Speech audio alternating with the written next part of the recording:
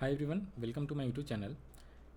इस वीडियो में हम लोग टॉपिक नंबर 5 पढ़ने वाले हैं, चैप्टर नंबर 9 फाइनेंशियल मैनेजमेंट का। इसके पहले हमने ऑलरेडी 4 टॉपिक्स पढ़ लिया था, ऑरिगन से कंप्लीट कर लिया था प्रीवियस वीडियोस में। तो आइए स्टार्ट करते हैं। कैपिटल स्ट्रक्चर, तो इसका एक तो मीनिंग पढ़ना है और साथ में इसके factors affecting the choice of capital structure बहुत ही ज़्यादा इंपॉर्टेंट रहता है आपके एग्जाम पॉइंट ऑफ व्यू से। तो इसको भी हम लोग एनसीईआरटी के बुक से ही पढ़ने वाले हैं, ठीक है जी।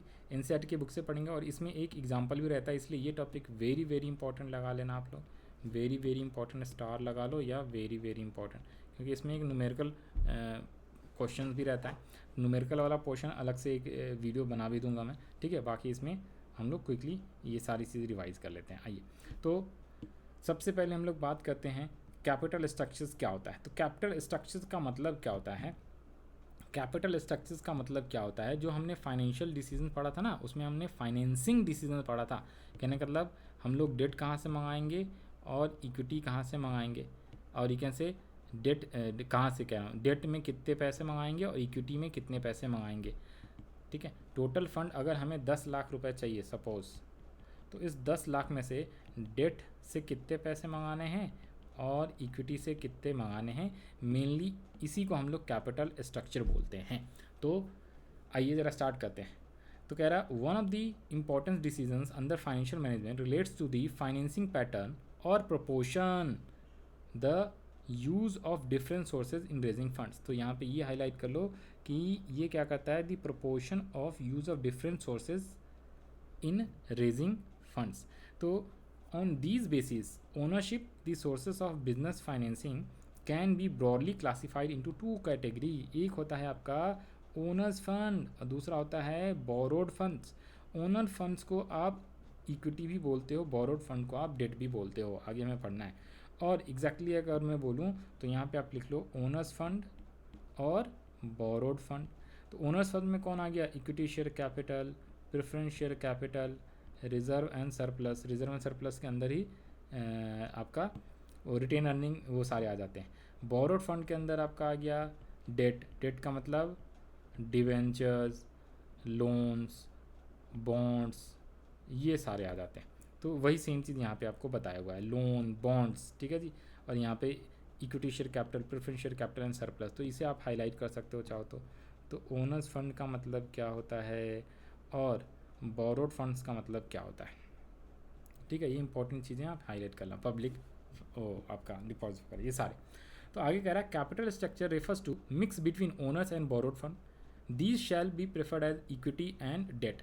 तो आपने डेट इक्विटी रेशियो भी पढ़ा होगा अकाउंट्स के अंदर, क्योंकि आप बिजनेस पढ़ रहे हो तो आपके पास क्या होगा, आपके पास अकाउंट भी होगा। डेट टू इक्विटी रेशियो पढ़ा था, याद है, डेट अपॉन इक्विटी, ऐसे आप निकालते थे, डेट अपॉन इक्विटी रेशियो। तो डेट अपॉन इक्विटी तो यही है। और डेट अपॉन इक्विटी का मतलब क्या होता है, याद रख लेना। डेट अपॉन इक्विटी का मतलब हो जाता है आपका टोटल फंड। एक ये भी रेशो होता है, 2 रेशो। डेट इक्विटी का मतलब तो एक तो हो गया डेट अपॉन इक्विटी, जो पहला रेशो ये है। एक डेट टू टोटल फंड है, ये टोटल फंड में डेट को भी प्लस कर दिया जाता है। तो आपने डेट टू इक्विटी रेशो ही पढ़ा होगा, डेट टू टोटल फंड नहीं पढ़ा होगा, बट वो भी होता है टोटल कैपिटल। एंड तो डेट टू इक्विटी में ये नॉर्मली 2:1 रहता है, तो बढ़िया रहता है। आपने अकाउंट में भी पढ़ा होगा 2:1। तो नॉर्मली क्या होना चाहिए, डेट 2 पोर्शन और 1 पोर्शन इक्विटी होना चाहिए। तो इसमें क्या होता है, आपका रिटर्न ज़्यादा आता है, बट ज़रूरी नहीं है, it also depend on various factors, right. And debt to total, तो 2 रेशो आप याद रख लेना, जिसको आप डेट टू टोटल कैपिटल बोलते हो और डेट टू इक्विटी रेशो बोलते हो। तो यहाँ पे ये हाईलाइट कर लेना, debt to equity ratio and debt out of total capital. Debt to equity differ significantly in their cost and riskiness for the firm. The cost of debt is lower than the cost of equity. तो debt हमेशा cheaper होता है इन comparison to equity, but सभी case में नहीं होता, ये हम देखेंगे एग्जाम्पल न्यूमेरिकल से। आगे कह रहा है lender risk is lower than the equity share holders risk, since क्योंकि शेयर होल्डर्स को ज़रूरी है डिविडेंड देना है नहीं, लेकिन डेट वाले को क्या होता है, आपका इंटरेस्ट का पेमेंट करना होता है, बट इंटरेस्ट का फ़ायदा आपको प्रॉफिट एंड लॉस में मिल जाता है, उस पर एक तरीके से टैक्स सेव हो जाता है। Since lender earns as assure return and repayment of capital, and therefore they should be required a lower rate of return. Additionally, interest paid on debt is deductible expenses for computation of tax liability, whereas dividend are paid out after tax. तो dividend देते हो तो उस पर dividend distribution tax भी देना होता है. तो increase the use of debt, therefore is likely to lower overall cost of capital of the firm, provided that the cost of equity remains unaffected. Impact of the change in the debt equity ratio upon the earning per share. तो जैसे जैसे ये जो debt equity ratio होता है ना, वो क्या होता है, अफेक्ट करता है अर्निंग पर शेयर. अगर डेट इक्विटी रेशो चेंज करोगे तो आपका ईपीएस भी चेंज होता है, ये ध्यान रख लेना. इसी के आगे एग्जांपल हम पढ़ेंगे. 3 टाइप के मेन एग्जांपल हो सकता है, ये ध्यान रख लेना. एक होता है 2 और 3 में बता देता हूँ अभी. एक में जैसे ये डेट और ये इक्विटी है ना, तो एक होता है इक्वल. मान लो जितना डेट है उतना ही इक्वल है.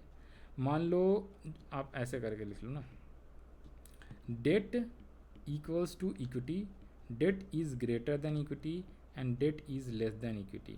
ठीक है, तो इन तीनों का EPS पे इफ़ेक्ट पड़ता है. तो EBIT EPS एनालिसिस भी कहते हैं. ये आपको ग्रेजुएशन में चैप्टर ही पढ़ना होता है, बट फिलहाल यहाँ पे छोटा सा पार्ट पढ़ना है, वो हम लोग पढ़ लेंगे. तो ये सेम बता दिया.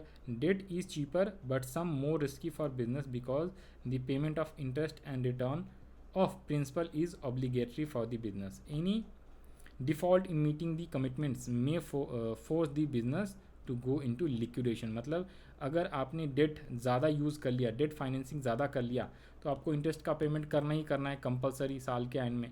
और अगर आपने इंटरेस्ट पेमेंट नहीं किया तो आपकी बिजनेस जो है बंद भी हो सकता है. लिक्विडेशन का मतलब बंद हो जाना आया है. There is no such compulsion in the case of equity. और इक्विटी से अगर आपने पैसे ज़्यादा मंगा लिए, ये पूरा पैसे इक्विटी से आपने अगर मंगा लिए, ठीक है, तो ज़रूरी नहीं है कि आपको डिविडेंड देना ही देना है.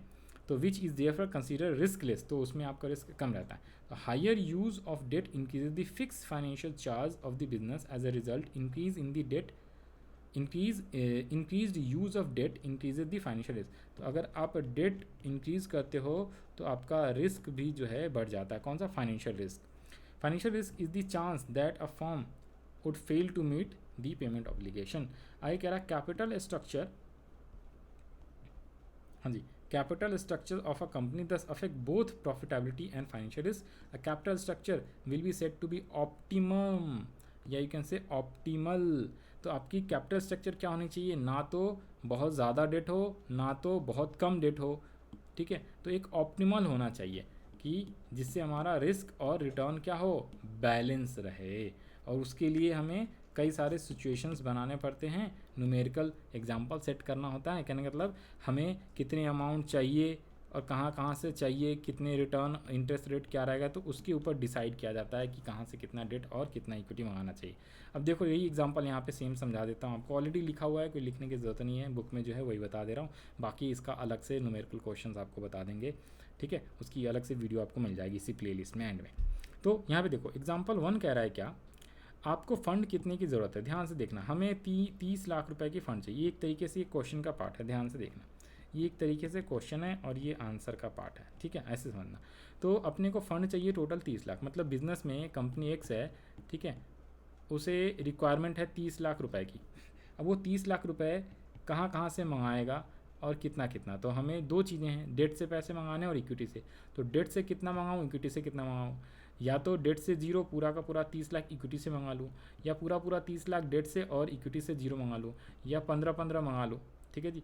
और भी कुछ ऑप्शंस ले सकते हो. आप डेट से मंगा लो मान लो 20 लाख और 10 लाख इक्विटी से, तो कुछ भी कर सकते हो. सारे सिचुएशन बना के आप खुद भी कर सकते हो.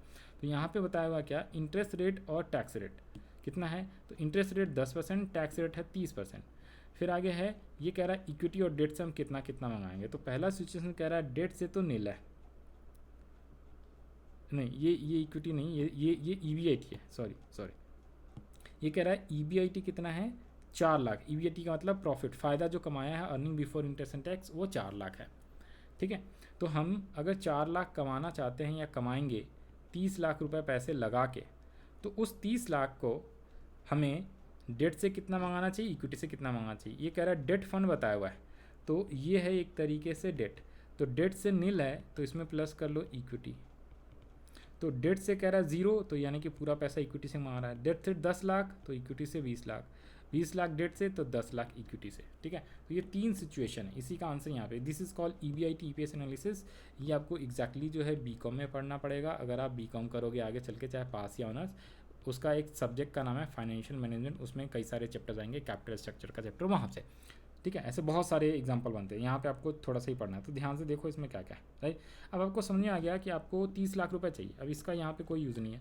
मेन समझना EBIT आपको 4 लाख, EBIT का मतलब एक तरीके से आपको प्रॉफिट जो हुआ है ना, वो आपका प्रॉफिट दिया हुआ है। ये सारे एस्टिमेशन है। मान लो हमें प्रॉफिट होगा 4 लाख 4 लाख 4 लाख, 3 सिचुएशन है। तो अगर हमें प्रॉफिट होगा, लिख लो जी समझने के लिए, होगा, ठीक है, और हमारा रेट ऑफ इंटरेस्ट कितना है 10% और टैक्स का रेट है 30%। तो इसमें आप ये आगे चल के रेट ऑफ रिटर्न भी निकालेंगे। रेट ऑफ रिटर्न यानी कि रेट ऑफ इन्वेस्टमेंट, ये रेट ऑफ रिटर्न है। रेट ऑफ इन्वेस्टमेंट क्या हो जाती है 4 लाख डिवाइडेड बाय 30 लाख। तो ये आप इससे रेट ऑफ रिटर्न इन्वेस्टमेंट भी निकाल सकते हो। खैर यहाँ देखो, तो 4 लाख EBIT है। अगर आप डेट, पहले सिचुएशन में डेट 0 है तो आपको इंटरेस्ट 0 देना पड़ेगा, क्योंकि रेट ऑफ इंटरेस्ट 10% है। ये डेट का ही इंटरेस्ट रेट है, जैसे डिवेंचर में लिखा होता है। अगर आपने क्या किया है 10 लाख डेट से मंगाया है तो 10 लाख पे ये 1 लाख कहाँ से आया, ये 10% निकालते चले जाओ। 10% किसका, तो इस 10 लाख का 10% 1 लाख और इस 20 लाख का 10% 2 लाख आया है। तो EBIT जो प्रॉफिट में से इंटरेस्ट को घटाते हैं हम लोग, ये होता है फार्मूला। देखो फार्मूला यहाँ पे आप छोटा सा एक लिख भी देता हूँ। होता है एक्चुअली ये है, सबसे पहले हमें EBIT लिखना होता है, earning before interest and tax, ठीक है जी। इसमें से अपने को लेस करना है सबसे पहले इंटरेस्ट का बर्डन। तो जो बच के आ जाता है उसे हम लोग बोलते हैं क्या, अर्निंग बिफोर टैक्स। फिर माइनस अपने को टैक्स करना होता है। जब टैक्स को माइनस कर लोगे ना तो जो बच जाएगा अर्निंग आफ्टर टैक्स हो जाता है। और इसमें आपको डिवाइड करना होता है नंबर ऑफ इक्विटी शेयर से, ठीक है जी। तो उससे जो आता है उसे अर्निंग पर शेयर बोलते हैं। ये एक फार्मूला है, आप लिख लो बेसिकली, दिस इज़ फार्मूला, ठीक है। तो इसी से हमें पता चलता है। तो ये फार्मूला है और कुछ नहीं, तो इसमें ये पुट किया हुआ है, दैट्स इट, ठीक है। तो देखो सबसे पहले EBIT यहाँ लिख लो, हमने इंटरेस्ट को माइनस किया, तो माइनस करने के बाद क्या है अपना, ये आ गया EBIT। फिर EBIT में टैक्स माइनस करोगे तो ये आपका आ जाएगा अर्निंग आफ्टर टैक्स, और अर्निंग आफ्टर टैक्स में डिवाइड कर देते हैं number of equity share holder से, तो आपका EPS आ जाता है। तो यहाँ पे साफ साफ दिख रहा है आपको क्या, अगर आपका डेट 0 है तो अर्निंग पर शेयर आपकी 0.93 है, यानी कि 93 पैसे, ये 1 पर शेयर रुपीज़ में है बेसिकली। और अगर आपका डेट जो है सबसे ज़्यादा है, ठीक है, 20 लाख रुपए डेट से मंगाए हैं आपने, ये थर्ड सिचुएशन, तो इसमें आपका ज़्यादा, तो मोर डेट मोर EPS। आपको ये समझ में आया, डेट अगर ज़्यादा है तो EPS ज़्यादा आ रहा है। बट ये चीज़ भी कंसिडर करता है return on investment and rate of interest के ऊपर, वो आगे आपका एग्जांपल आएगा। तो सिंपल वर्ड में समझो। मैं थोड़ा सा ये ज़्यादा खिचड़ी हो गया, इसको थोड़ा सा मिटा देता हूँ, ठीक है। आसान शब्दों में आप समझ में आ जाएगा आपको कितना डेट से और कितना इक्विटी से चाहिए, ये सारी चीज़ें मेंशन की हुई है। तो आपका जो है यहाँ पे सिचुएशन ये था, डेट से कितना कितना पैसा आ रहा है। तो यहाँ पे अगर डेट से आ रहा है ना पैसा, ये है डेट, तो इक्विटी वाला पोर्शन लिख देते हैं। इक्विटी आ रहा है पूरा 30, 20 और ये 10। तो EBIT सब में सेम है। इंटरेस्ट का बर्डन, तो अगर पहले 0 डेट है तो 10% के हिसाब से 0, 10 लाख पे 10% 1 लाख रुपए। फिर 20 लाख डेट है तीसरे सिचुएशन में तो 10% 2 लाख। अब ये 4 - 0 4 लाख, 4 में से 1 3 लाख, ये माइनस करके आया। EBIT earning before tax, earning before interest and tax, इसका फुल फॉर्म होता है EBIT अर्निंग बिफोर टैक्स। फिर इसमें आप टैक्स देखो, टैक्स कितने 30%, ये 30% किसका होगा, जो ये घट के आया ना अमाउंट, इसका 30% निकाल दो। तो ये है टैक्स है बेसिकली 30% इस वाले का अमाउंट का, इस वाले का 30%। तो 4 लाख का 30% 1,20,000, 3 लाख का 30% 90,000, 2 लाख का भी 30% 60,000। अब इसको आपने लेस कर दिया तो अर्निंग आफ्टर टैक्स बच गया। अब इस अर्निंग आफ्टर टैक्स में नंबर ऑफ शेयर हमने यहाँ पे अज्यूम कर लिया, अगर नहीं है तो अज्यूम कर लो, एक शेयर्स की कीमत 10 रुपये है, तो नंबर ऑफ इक्विटी शेयर कितना होगा, इसको डिवाइड कर दो सबको 10 से, तो ये आ जाएगा 3 लाख 2 लाख 1 लाख। तो इसलिए 3 लाख 2 लाख 1 लाख से हमने डिवाइड कर दिया। ये नंबर्स में है, ये नंबर्स है, ठीक है। तो इसलिए 3 लाख शेयर्स से डिवाइड करोगे 280 में तो 0.93, ये रुपीज़ में है 1 रुपये, ठीक है। तो ये आ गया आपका EBIT EPS एनालिसिस कहते हैं, ठीक है। आगे लिखा हुआ है financial leverage debt upon equity और debt to total capital when D for debt and E for equity है। As financial leverage increases, the cost of fund declining because the increase in cheaper debt, but financial risk increases. This impact financial leverages on profitability. Leverage होता है basically. Profitability of a business can be seen through EBIT EPS analysis. आगे है example के through 3 situation दिया हुआ है, वही same ये सारी ये कहानी है ना, उसमें आपको बताया हुआ है। ये 13% क्या है, तो ये बेसिकली आपको रिटर्न ऑन, अभी मैंने आपको बताया था ना रिटर्न ऑन इन्वेस्टमेंट कैसे निकालते हैं। तो जो 4 लाख है ना, डिवाइडेड बाय 30 लाख इंटू 100 करोगे तो आपको 13.33% आ जाएगा। तो यहाँ पे जो मैं आपको कह रहा था रिटर्न ऑन इन्वेस्टमेंट क्या है, 4 डिवाइडेड बाय 3 इंटू 100 करोगे तो 13.33%। तो ये 13.33% और इसे बोलते हैं रेट ऑफ इंटरेस्ट या इंटरेस्ट का रेट, ठीक है। तो यहाँ पे देखो इंटरेस्ट रेट 10% है, रिटर्न ऑन इन्वेस्टमेंट कितना है आपका, ज़्यादा है। सिंपल वर्ड में यहाँ पे एक और भी चीज़ लिख देता हूँ, आप लिख लो, ये शॉर्ट में मिलेगा नहीं कहीं। एक होता है रिटर्न ऑन इन्वेस्टमेंट और एक होता है इंटरेस्ट रेट, ठीक है। तो 3 सिचुएशन होती है, अगर ROI is greater than interest rate, ठीक है। दूसरा, तीसरा, ROI is equal to interest rate and ROI is less than interest rate. ध्यान से सुनना, ये कहीं मिलेगा नहीं, इसको लिख लेना आप लोग, ठीक है जी। तो यहाँ पे देखना डेट जो है ना, अगर डेट ज़्यादा है तो आपका अर्निंग पर शेयर ज़्यादा आएगा। इसमें क्या होएगा, डेट ज़्यादा हो या बड़ा हो उससे कोई EPS पे कोई फ़र्क पड़ता नहीं है, ठीक है जी। और इसमें क्या आएगा, डेट अगर ज़्यादा है तो EPS क्या आएगा, कम आएगा। आप जैसे मर्जी वैसे लिख सकते हो। तो यानी कि इक्विटी ज़्यादा होगा तो, ठीक है। जब इक्वल होता है तो कोई इसका एनालिसिस है नहीं, ठीक है। मेन है ये दोनों। तो अगर यहाँ पे देखना, देखो डेट इसमें क्या है, चीपर है। चीपर इसलिए है क्योंकि ज़्यादा डेट करोगे तो आपको फ़ायदेमंद हो जाएगा। कब, जब interest on rate of investment जो है इंटरेस्ट रेट से ज़्यादा है। एंड अगर रेट ऑफ इंटरेस्ट रेट, जैसे यहाँ पे हमने हमारा एग्जांपल में क्या था, ये जो था ना 13.33 था और इंटरेस्ट रेट 10% था। अगर मान लो यही दोनों 10% होता तो उतना फ़र्क पड़ता नहीं। और अगर मान लो ये हो जाए 9% या 10 से कम हो जाए और रेट ऑफ इंटरेस्ट 10% है, तो फिर आप डेट अगर बढ़ाते चले जाओगे ना तो आपका EPS क्या होता चला जाएगा, कम आएगा, कम। EPS फिर क्या आएगा आपका, कम आएगा। ये अपोजिट हो जाएगा। ये जो है ना, जैसे इसमें देखो डेट जो है 20 लाख है थर्ड वाले में, तो यहाँ पे आपका EPS ज़्यादा आया है, यहाँ पे EPS कम है। ये इसलिए आया है क्योंकि रेट ऑफ इंटरेस्ट ज़्यादा है आपका, रेट ऑफ इन्वेस्टमेंट ज़्यादा है रेट ऑफ इंटरेस्ट से, ठीक है। अगर यही उल्टा होता, अगर मान लो ये 15% होता ना तो ये जितना आया है इससे ये कम आता। आगे के एग्जांपल में आपको ऐसा मिल जाएगा, ठीक है। ये एग्जांपल 2 है, इसमें आपको क्या बोला हुआ है, ठीक है। ये सेम वही एक्सप्लेन किया हुआ है। इसमें आपको क्या बोला, देखो इस बार EBIT उसने क्या लिया हुआ है, 2 लाख लिया हुआ है। सब चीज़ें सेम है EBIT। तो यहाँ पे रिटर्न ऑन इन्वेस्टमेंट निकालोगे 2 lakh divided by 30 lakh into 100। ये बेसिकली क्या होता है, EBIT अपॉन में ये आपका टोटल कैपिटल होता है। टोटल कैपिटल मतलब डेट टू इक्विटी, ठीक है। इंटू 100 लगा लेना, इंटू 100 लो। तो ये आपका कितना आ जाएगा, देखो 2 लाख में करो, 2 लाख है ये डिवाइडेड बाय 30 लाख।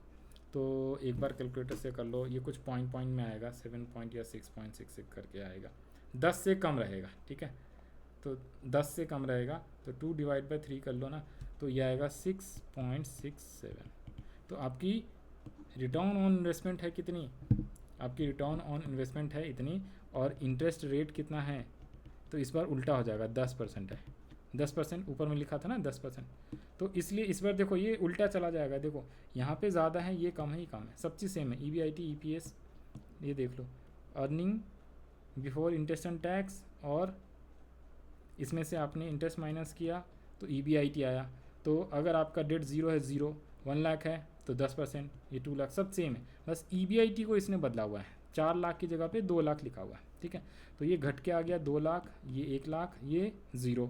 अब टैक्स दोगे 30% के हिसाब से टैक्स है, ठीक है। टैक्स सब में सेम रहता है। तो 2 लाख का 30% 60,000, 1 लाख का 30% 30,000, और आपका प्रॉफिट हुआ ही नहीं, 0 है, no profit no loss, earning before tax, तो 0 टैक्स। तो अब इसमें 10 रुपये का एक शेयर है, तो नंबर ऑफ़ शेयर कितने हो गए, 3 लाख 2 लाख 1 लाख, इससे डिवाइड किया तो ये आपकी आ गई EPS।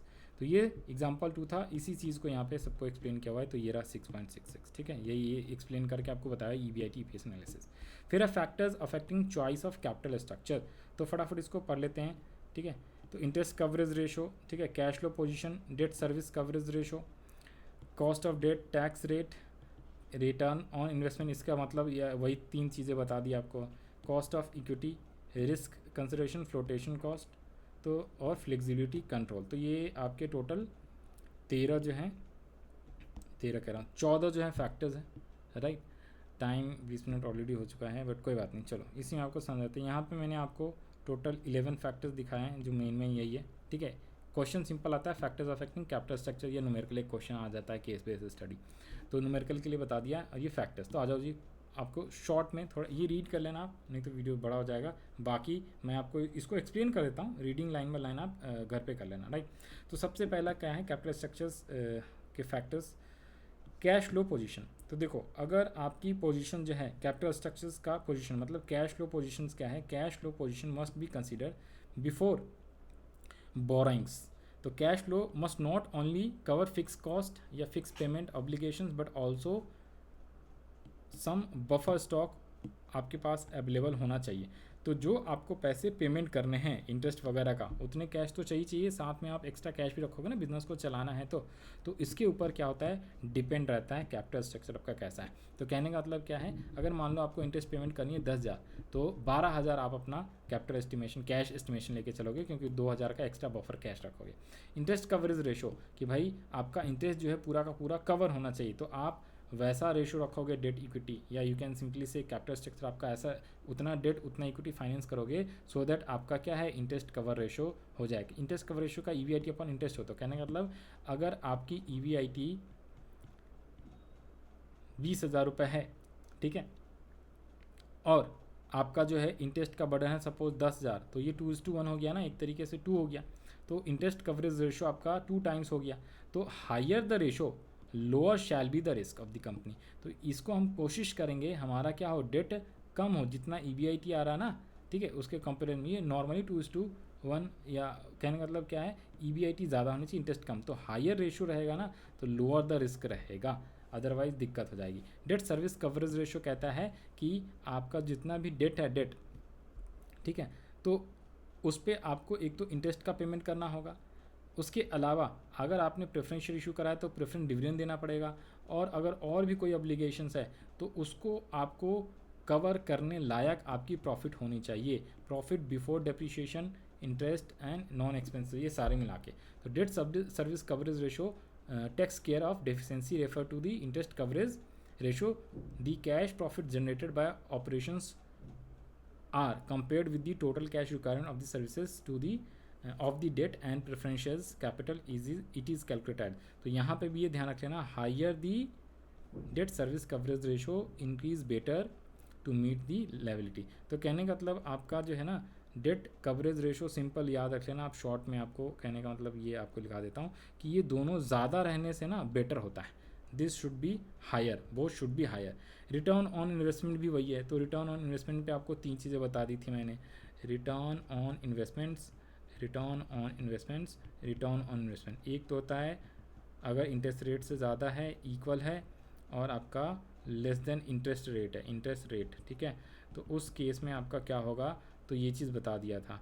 तो EPS जो है डेट वाले पे ज़्यादा आएगा, और EPS डेट यहाँ उल्टा लिख दिया, तो इसमें आपको डेट बेटर रहता है, इसमें आपको इक्विटी बेहतर रहता है, इसमें तो आप 50-50 या कोई सा भी ले लो, ठीक है। तो ये सिचुएशन है। कॉस्ट ऑफ डेट, तो ये ध्यान रख लेना, firm's ability to borrow at lower rate increase its capacity to employ higher debt. तो आप कम रेट पे मिलेगा डेट, तो आप ज़्यादा डेट यूज़ कर लेना। टैक्स रेट, अगर आपका टैक्स रेट हाई है तो उस केस में आपको इंटरेस्ट पे करोगे तो ज़्यादा फ़ायदा होगा, तो उस केस में आपको चीपर जो है आपका डेट कहलाएगा। तो the firm is example borrowing 10%, such tax rate 30%, तो after tax it will be 7%। तो ये चीज़ें आपको, तो higher the tax rate that makes debt relatively cheaper. तो मैंने आपको वही बताया, अगर टैक्स रेट ज़्यादा है तो डेट आपको प्रेफर करना पड़ेगा, अच्छा रहता है, फ़ायदेमंद। Cost of equity, cost of equity का मतलब क्या है, जो आपको डिविडेंड वगैरह आपको पेमेंट करना है इक्विटी से फाइनेंस कराया तो यहाँ पे आप ये याद रख लो सिंपल वर्ड में, तो कॉस्ट ऑफ इक्विटी में go up sharply and share price में decrease in spite of increase EPS. तो अगर आप क्या करते हो, कहने का मतलब बहुत ज़्यादा हद से फाजुल डेट यूज़ नहीं करना है, अदरवाइज़ बहुत ज़्यादा डेट यूज़ कर लोगे ना तो आपका ईपीएस फिर धीरे धीरे डिक्रीज़ होने लगता है, चाहे आपका यही वाला सिचुएशंस क्यों ना हो, रिटर्न ऑन इन्वेस्टमेंट ज़्यादा हो इंटरेस्ट रेट से। तो एक अप टू लिमिट तक ही इंक्रीज़ होता है ईपीएस, उसके बाद फिर से वो धीरे धीरे डिक्रीज़ होने लगता है। फ्लोटेशन कॉस्ट, तो process of flotation cost raising resources also involves some cost. तो पब्लिक इशू, जैसे आपने पब्लिक इशू करा है, ठीक है, डिवेंचर इशू, तो कुछ मतलब ऐड वगैरह के खर्चे, पेपर के खर्चे, वकील, नोटरी, इन सब को खर्चे वगैरह, तो ये चीज़ भी ध्यान रखना है। तो getting a loan from financial institution में नॉट कॉस्ट सो मच, तो दिस कंसिडरेशन में also affect the choice between debt and equity. तो भाई अगर डेट से फ्लोटेशन कॉस्ट ज़्यादा होता है या इक्विटी से, तो इसे आपको ध्यान रख लेना है, ठीक है जी। तो जिसमें आपका फ्लोटेशन कॉस्ट ज़्यादा होगा उससे हम पैसे कम मंगाएं, जिसका कम होगा उसमें हम क्या कर देंगे, ज़्यादा मंगाएंगे। तो मेनली ये चीज़ें आपको ध्यान रख लेना है। तो शेयर्स वगैरह में जब इक्विटी शेयर से पैसे मंगाते तो फ्लोटेशन कॉस्ट कम होता है, डेट वाले से फ्लोटेशन कॉस्ट थोड़ा सा कम लगता है, ये चीज़ें होती हैं। फिर है फाइनेंशियल रिस्क कंसिडरेशन। तो इसमें क्या होता है, जो डेट वाला है ना उसमें रिस्क ज़्यादा होता है, इक्विटी वाले में नॉर्मली क्या होता है, कम रिस्क होता है, ठीक है, क्योंकि आपको इंटरेस्ट वगैरह का पेमेंट तो टाइमली करना पड़ता है। फिर है उसके अलावा क्या है, फ्लेक्सिबिलिटी। तो फ्लेक्सिबिलिटी क्या होती है, तो a firm uses its debt potentially to full it loses flexibility to issue further debt, to maintain flexibility it must maintain some borrowing power to take care of on first. तो कहने का मतलब क्या है, डेट जो है हमें जितना मंगाना चाहिए तो उससे थोड़ा बहुत कम ही मंगाएं, एकदम फुल में मत मंगाना, बहुत ज़्यादा डेट मत मंगा लेना, ठीक है जी, नहीं तो दिक्कत हो सकती है इन फ्यूचर में। ये कंट्रोल, अगर आपको अपना कंट्रोल अपने पास रखना है तो आप इक्विटी से पैसे ज़्यादा फाइनेंस करोगे, तो more equity will be preferable if you want कि भाई कंट्रोल हमारे हाथ से ना जाए, या इफ़ यू वांट कि कंट्रोल हमारे हाथ में ही रहे। तो कंट्रोल चाहिए तो इक्विटी ज़्यादा मंगाओ, अदरवाइज डेट। रेगुलेटरी फ्रेमवर्क, और उसके अलावा कुछ लॉ भी बने हुए हैं सेबी के, स्टॉक एक्सचेंज के, तो उसी के अकॉर्डिंग आप पब्लिक इशू कर सकते हो, ठीक है, शेयर्स या डिवेंचर किसी का भी हो, यहाँ पे लिखा हुआ है सेबी का, तो जो लॉ कहता है उसी के गाइडलाइंस के अकॉर्डिंग। स्टॉक मार्केट कंडीशन, तो स्टॉक मार्केट कंडीशन कैसा है, अगर मार्केट में तेज़ी चल रही है, बुलिश मार्केट है, बुलिश मार्केट का मतलब तेज़ी, ठीक है जी, पॉजिटिव, ठीक है, तो उस केस में आप इक्विटी को ज़्यादा प्रेफर करोगे, इक्विटी आप ज़्यादा मंगाओगे। लेकिन अगर आप बियरिश मार्केट है, bearish just opposite of bullish होता है, ठीक है, तो उस केस में आप इक्विटी कम मंगाओगे, डेट ज़्यादा मंगाओगे। आप कहने का मतलब ये इक्विटी को कम, डेट के बारे में नहीं लिखा हुआ है, इक्विटी आप कम मंगाओगे। कैपिटल स्ट्रक्चर्स ऑफ अदर्स, तो साथ साथ में कैपिटल स्ट्रक्चर्स कैसा है, basically the useful guidelines in the capital structure planning is to debt equity ratio of other companies in the same industry. तो अदर्स का मतलब है क्या, हम लोग सेम इंडस्ट्री में हैं, जैसे मान लो टाटा ऑटो, टाटा भी ऑटो बनाती है, ठीक है, मारुति भी ऑटो बनाती है, हुंडई भी और ऑटो सेक्टर्स की है। मतलब अगर मैं ये पर्टिकुलर ऑटो सेक्टर ले लूँ, गाड़ी वाड़ी जो बनाती है, ठीक है, तो अगर मैंने टाटा का कैपिटल स्ट्रक्चर क्या करना है, डिसाइड करना है, तो हमें बाकियों का भी, जो हमारे सेम इंडस्ट्री के बाकी कंपनीज़ हैं उनका भी एक बार चेक कर लेंगे कि उनका डेट इक्विटी रेशो क्या चल रहा है, तो उसी के हिसाब से हम भी अपना डेट और इक्विटी का फाइनेंस कराएंगे। तो इन शॉर्ट में मैंने आपको ये बता दिया, नहीं तो बहुत ज़्यादा वीडियो हो जाता, रीडिंग एक बार आप कर लेना।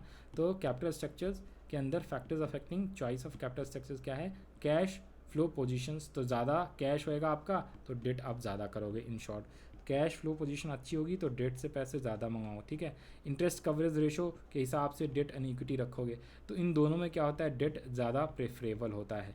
उसके अलावा रिटर्न ऑन इन्वेस्टमेंट, तो रिटर्न ऑन इन्वेस्टमेंट भी डेट में ज़्यादा होता है, इक्विटी में थोड़ा कम होता है, बट एक लिमिट तक ही होता है। Cost of debt, debentures issue अगर आप करते हो डेट से पैसे तो आपकी कॉस्ट ज़्यादा होती है, इक्विटी से कॉस्ट कम होता है। टैक्स रेट, तो डेट अगर टैक्स रेट ज़्यादा है तो आप डेट को प्रेफर करोगे। कॉस्ट ऑफ इक्विटी, तो कॉस्ट ऑफ इक्विटी में हमने ये देखा था कि अगर आप इक्विटी शेयर इशू करते फ्लोटेशन कॉस्ट वगैरह में, तो इन दोनों के कॉस्ट जो है नॉर्मली ज़्यादा आते हैं, ठीक है। उसके अलावा क्योंकि डेट का थोड़ा चीपर माना जाता है। रिस्क कंसिडरेशन, तो डेट में रिस्क ज़्यादा होता है, ठीक है। फ्लेक्सिबिलिटी, तो फ्लेक्सिबिलिटी के अकॉर्डिंग भी हमें चूज़ करना चाहिए। और कंट्रोल, अगर आपको अपने पास कंट्रोल रखना है तो इक्विटी ज़्यादा करनी चाहिए। तो ये चीज़ें हैं, राइट। और भी 3 थे, वो मैंने आपको बुक से पढ़ा दी। तो आई होप आपको ये वीडियो अच्छा लगा होगा। बाकी कोई डाउट वगैरह कमेंट सेक्शन में लिख सकते हो, और बाकी के वीडियोज़ या बाकी के टॉपिक्स जो है आपको प्लेलिस्ट में मिल जाएगा। Thank you for watching. Okay, bye bye. हम लोग मिलते हैं नेक्स्ट वीडियो में।